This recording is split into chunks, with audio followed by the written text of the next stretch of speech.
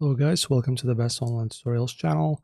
In this one we're talking about how to use ChatGPT Vision API for image recognition projects.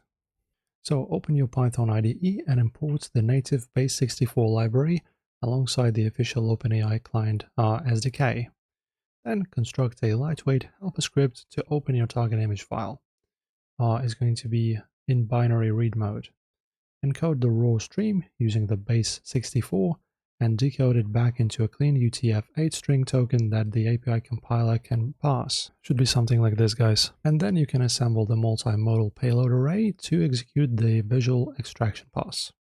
So target the primary master engine by calling the client chat completions creates endpoint, structure your messages array to hold a single user input role, and split the content block into an explicit multimodal list. Drop your plain English extraction command into the text type block and inject your image data token directly into the image underscore URL object module using the standard data URI format.